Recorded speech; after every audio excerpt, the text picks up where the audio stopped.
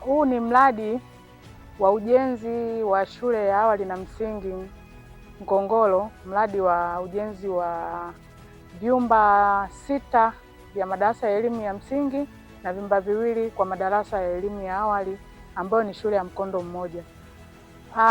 Shule hii ilipokea kiasi cha shilingi milioni 392 kwa ajili ya ujenzi wa vyumba vya madarasa hii, ikiwa ni lengo zuri la serikali kwa ajili ya kuweza kuwapunguzia wanafunzi umbali mrefu wanaotembea kutoka shule moja kwenda shule nyingine. Kwa maana hiyo, tunaamini mradi huu utakapokuwa umekamilika, kwanza utaongeza idadi ya uandikishaji wa watoto, kwa maana umbali unapopungua na watoto wanakuwa tayari kuandikishwa, lakini pia mradi huu utakuwa umesaidia kupunguza upungufu wa miundombinu ulioko katika halmashauri yetu. Na kwa hatua ya mradi ulipofikia, tunatarajia muda wote uweze kuchukua wanafunzi.